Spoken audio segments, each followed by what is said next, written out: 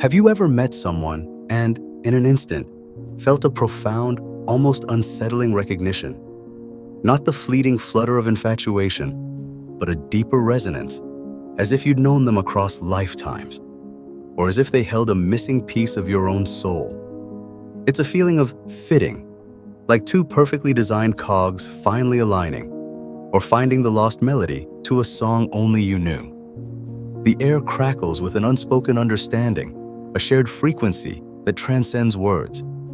You feel truly seen in a way you rarely are. And then, just as quickly as this extraordinary connection manifests, an undeniable, invisible barrier appears. Perhaps they are already in a committed relationship. An ocean separates your lives, or your current path simply has no room for such an earth-shattering shift. A gnawing question lingers, sometimes tinged with frustration, sometimes with quiet despair. Why would the universe orchestrate such a profound encounter? Why send someone who feels tailor-made for me, only to place insurmountable obstacles in our way?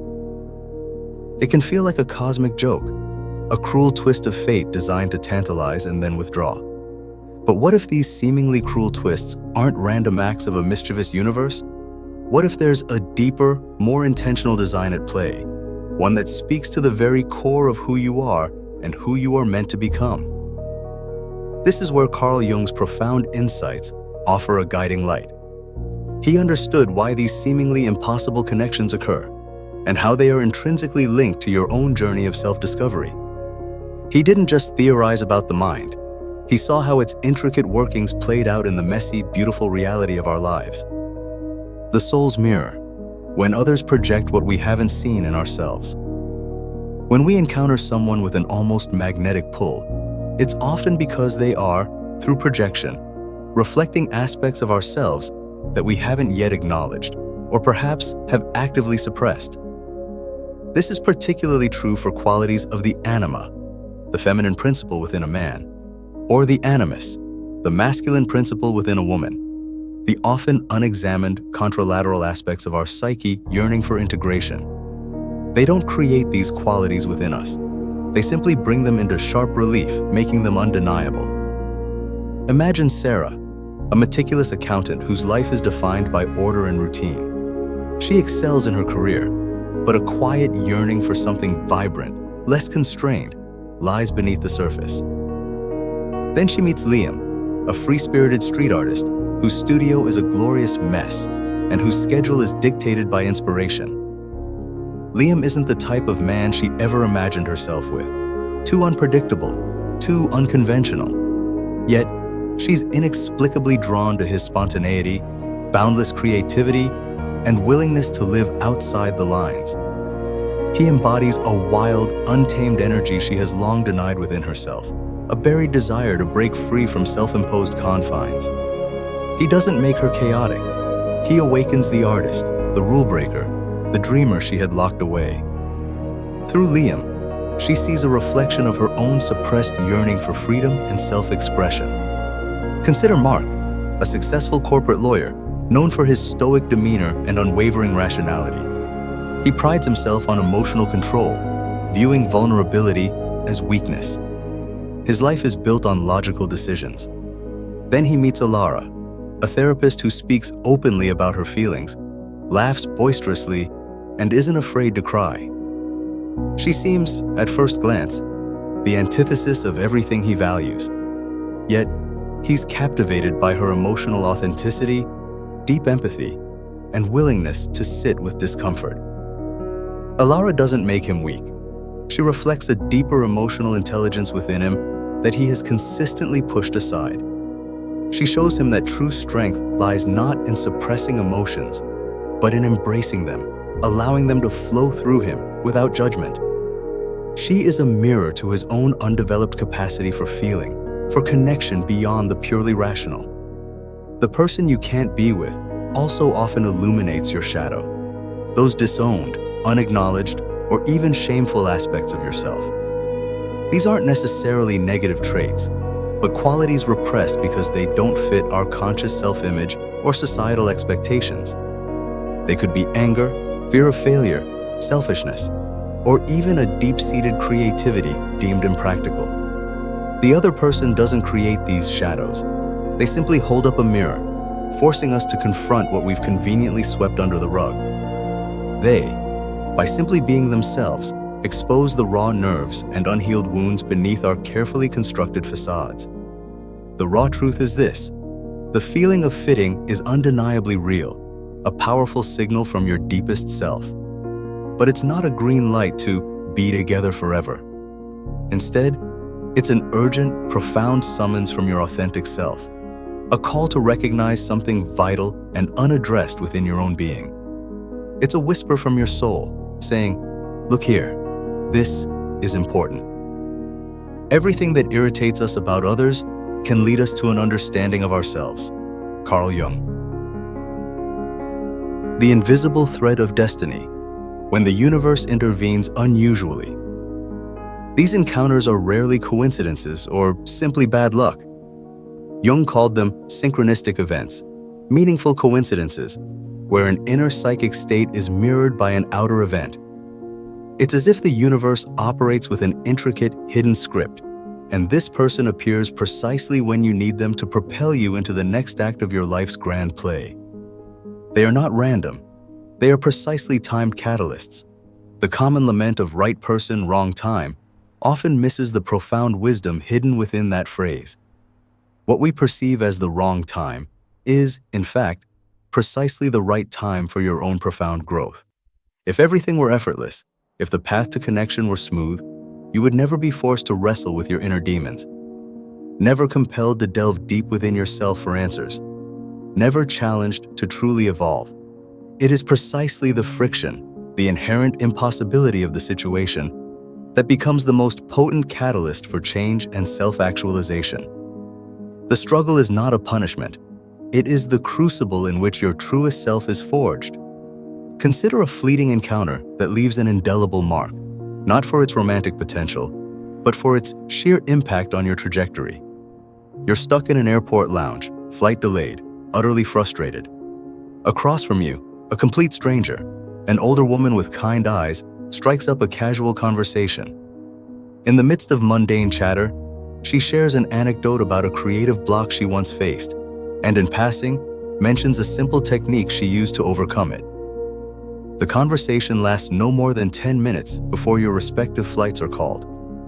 Yet, her seemingly innocuous comment sparks a breakthrough idea that helps you unravel a complex work problem you've grappled with for months. It wasn't about her, but about the unexpected wisdom she carried, delivered at the exact moment you were receptive to it. Or perhaps you're wandering aimlessly down a crowded street in an unfamiliar city, feeling lost and overwhelmed by a recent personal setback. Your eyes briefly meet those of a street vendor, a wizened old man selling hand-carved birds. There's no exchange of words, just a shared glance. Yet, in that silent moment, a profound sense of peace washes over you. His simple presence, his quiet dedication to his craft, reminds you of the forgotten joy in simple things, in creating something with your hands, and rekindles a spark of contentment you thought you'd lost. He wasn't meant to be a romantic partner. He was a fleeting, poignant reminder to reconnect with the simple beauty of existence. These aren't about missed opportunities for conventional love. They are whispers from the universe, delivered through unexpected messengers, guiding you back to your own inherent wisdom and strength.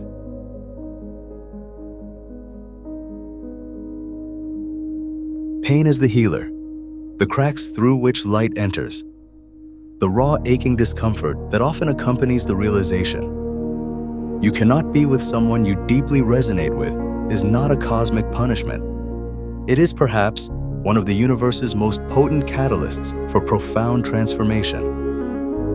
Jungian psychology understands that growth rarely happens in comfort. It is often forged in the fires of discomfort and the dismantling of old structures. This pain isn't punitive, it's purifying. It's not a dead end, it's a gateway. Think of it like a chrysalis. The caterpillar must undergo an intense, almost violent internal disintegration before it can emerge as a butterfly. The old form must completely break down. The struggle within that chrysalis isn't pleasant, but it's entirely necessary for the emergence of something new, something breathtaking. Your pain is that necessary internal melting, the breaking of the old shell of who you thought you were, so that the magnificent, winged version of your authentic self can unfurl. Or consider a controlled demolition. To build a gleaming modern skyscraper, the old dilapidated structure occupying the space must first be brought down. The dust, the noise, the debris, these aren't failures of the process, but integral parts of it. They signal the clearing away of what no longer serves, making way for a grander vision. The emotional upheaval you feel is the demolition of outdated beliefs about love, relationships, and your own self-worth, making space for a foundation built on truth and self-acceptance. Crucially, this person doesn't create new wounds in you. They illuminate the ones you already carry. They are not the source of your suffering, but rather a powerful, almost blinding spotlight. They shine directly onto the old festering wounds that have been quietly shaping your life, often outside your conscious awareness.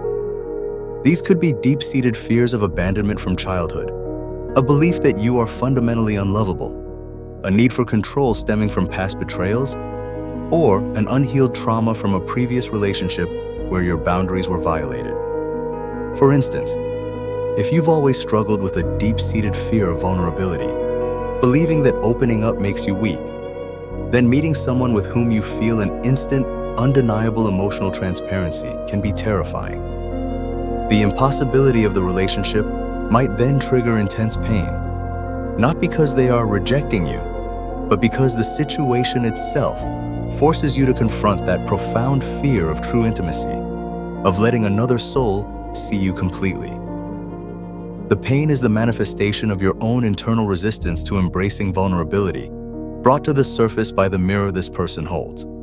Or perhaps you've carried an unconscious belief that you always have to be the rescuer in relationships, never allowing yourself to be supported. Meeting someone who embodies a quiet strength and self-sufficiency, but who you cannot save or fix, might trigger immense frustration and sadness. The pain isn't about them not needing you. It's about the uncomfortable confrontation with your own unaddressed need to feel indispensable, a pattern that limits your capacity to receive love freely. The intensity of the pain you feel is often directly proportional to the depth and age of the wound being exposed. A fleeting sting for a superficial scratch, but a deep, throbbing ache for a fracture that's been ignored for years. This means that if you are experiencing profound emotional turmoil over a connection that cannot be, it signals that something fundamentally important within you is being called to attention, something that requires your gentle, yet unwavering, care and healing. This profound experience also forces a radical redefinition of love itself. It strips away the illusion that love is about possession, about having and holding. It reveals that true love, in its purest form, can exist as recognition, as admiration, as a deep appreciation for another soul, without the necessity of ownership or a conventional partnership. It's learning to cherish the connection, the awakening it sparked, even if the path forward diverges. It's about loving them enough to allow them their path, and loving yourself enough to pursue your own. Enriched by the encounter. The shoe that fits one person pinches another. There is no recipe for living that suits all cases. Carl Jung. The pinch here is the pain, guiding you towards a life that truly fits you, rather than conforming to a universal, ill-fitting template.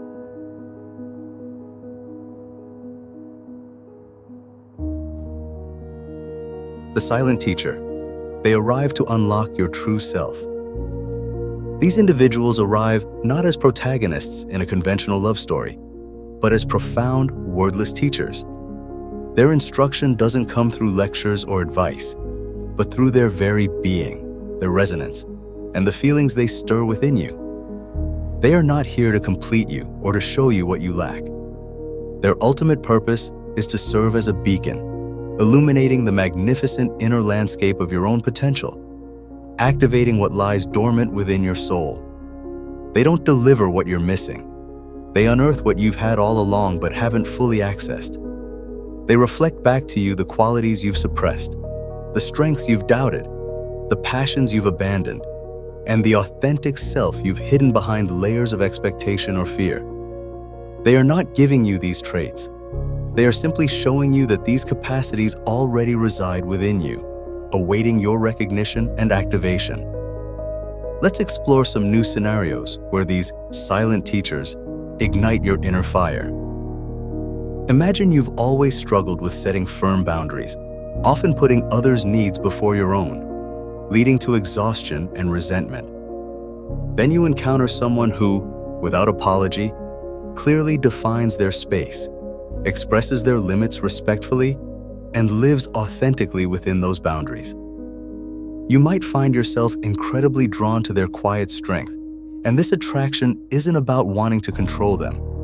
It's a profound wake-up call to your own underdeveloped capacity for self-assertion. They are the silent lesson in self-respect and healthy boundaries, prompting you to start practicing these in your own life, perhaps by politely declining a request you'd normally agree to, or voicing a personal need you'd usually suppress.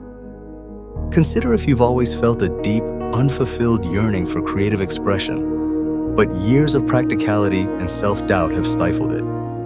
You meet someone who lives and breathes their art, perhaps a musician who finds joy in spontaneous jam sessions, or a writer who dedicates evenings to their novel, despite a demanding day job. The way they embody this creative passion fills you with an almost painful longing. This isn't about desiring them as a creative partner. It's about the powerful surge of recognition for your own dormant creative spirit. They are your silent mentors, urging you to pick up that paintbrush, dust off that old guitar, or finally start that journal you've been meaning to keep. The inspiration they provide is not external, but a mirror to your internal, unlived creative potential. Perhaps you've become overly analytical, living predominantly in your head, and have lost touch with simple joy and playfulness. Then you encounter someone who possesses an infectious, almost childlike delight in everyday moments. They laugh easily, find wonder in small details, or embrace spontaneity with abandon. You might find yourself smiling more around them, feeling a lightness you haven't felt in years. This isn't about seeking their happiness. It's about remembering your own innate capacity for unbridled joy. They are the playful guides, quietly inviting you to loosen up, to seek out moments of lightness, to dance even when no one is watching, and to reconnect with the playful spirit within. Ultimately, these individuals act as catalysts, allowing you to witness facets of your own untapped potential, your unlived life. They show you not who you could be if you were with them, but who you already are and can truly become by integrating the lessons they embody. The cracks of pain allow the light of self-awareness to pour in, revealing the profound strengths and beautiful complexities that reside within you. Your journey forward isn't about chasing the external reflection, but about embracing the rich, vibrant reality of your own soul.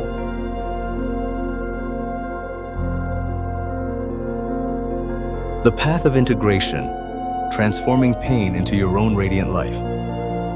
This is the most crucial part, the actionable heart of this journey. Once awakened, your task isn't to painstakingly forget this person, nor to endlessly yearn for what cannot be. Instead, it is to take all that you have learned, all the parts of yourself that have been stirred awake, and integrate them into the very fabric of your daily existence. It means transforming the raw energy of longing and discomfort into the fuel for living a life that is more whole, more authentic, more vibrantly you. Here are some practical, tangible steps to begin this profound process of integration. Take inventory and act. Grab a notebook and a pen. List 3 to 5 qualities you admired most in that person. Not superficial traits, but deeper qualities like resilience, creativity, compassion, or courage. Next to each quality, write 2 to 3 small, concrete actions you can take today to begin embodying that quality in your own life. For instance, if you admired their decisiveness, try making a small decision you've been procrastinating on. If it was their artistic freedom, Spend 15 minutes today on a creative activity, no matter how small or seemingly insignificant. The key is to start small, making these qualities tangible within your own sphere. Declutter your inner landscape. This person, through the insights they brought, may have inadvertently highlighted aspects of your life, relationships, career paths, old habits, beliefs that no longer serve your highest self. Courageously begin to release what no longer resonates, or gradually pivot towards what does. This isn't about bitterness or blame, but about creating space, clearing the debris so your newly awakened self has room to breathe and flourish. It might mean setting new boundaries, seeking new opportunities, or simply changing old patterns of thinking. Nurture your authentic self. Start speaking to yourself with the same reverence and acceptance with which this person might have seen you, without judgment, with profound respect. Give yourself permission to pursue long-neglected passions. Dare to say no to things that don't align with your new, evolving values. This is about self-parenting, becoming your own fiercest advocate and most compassionate companion.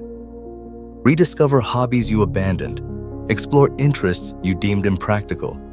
Cultivate quiet moments of self-reflection. Live mindfully, moment by moment. Bring this awakened energy into the smallest moments of your day. Whether you're brewing a cup of tea, taking a walk, or engaging in a conversation with a colleague, approach it with a heightened sense of presence and authenticity. Let every breath become an opportunity to live truly and fully in the moment, embodying the qualities you've reclaimed. This is not a grand, sweeping transformation, but a series of small, consistent acts of self-reclamation. The ripple effect of this transformation is undeniable. As you live more authentically, those around you will respond differently. More aligned connections will emerge. Healthier relationships will naturally form. You will no longer seek completeness from an external source, because you will radiate completeness from within. You become the source of the very qualities you once sought in another. So, the person you couldn't be with was not a loss, but a profound wake-up call from the universe. They didn't arrive to be a conventional partner in a traditional love story. Their true purpose was to open a vital new chapter in the greatest book of all, your own life. The most invaluable gift you receive from this encounter is not the presence of another, but the rediscovery of your true self, the most authentic, powerful, and radiant version of you that you had long forgotten. It's the courage to shed the old skin, the clarity to see your own unique beauty, and the undeniable drive to live a life that truly reflects who you are at your core. So, now you know. What will you do with this profound insight? Will you continue to dwell on what cannot be, lost in the bittersweet ache of a missed connection? Or will you take the magnificent gift you've been given, the gift of self-awareness and self-reclamation, and live a life so vibrantly, so authentically, that it truly honors all that has been awakened within you? You are not alone on this journey of profound self-discovery. Share your story, for in your vulnerability and your triumph, you might just be the beacon someone else, lost in their own labyrinth of what-ifs, desperately needs to find their way. If this message resonated with you, please give this video a like, share it with someone who needs to hear it, leave a comment below with your thoughts, and don't forget to subscribe to the Love and Psyche channel for more deep dives into the mysteries of the human heart and mind.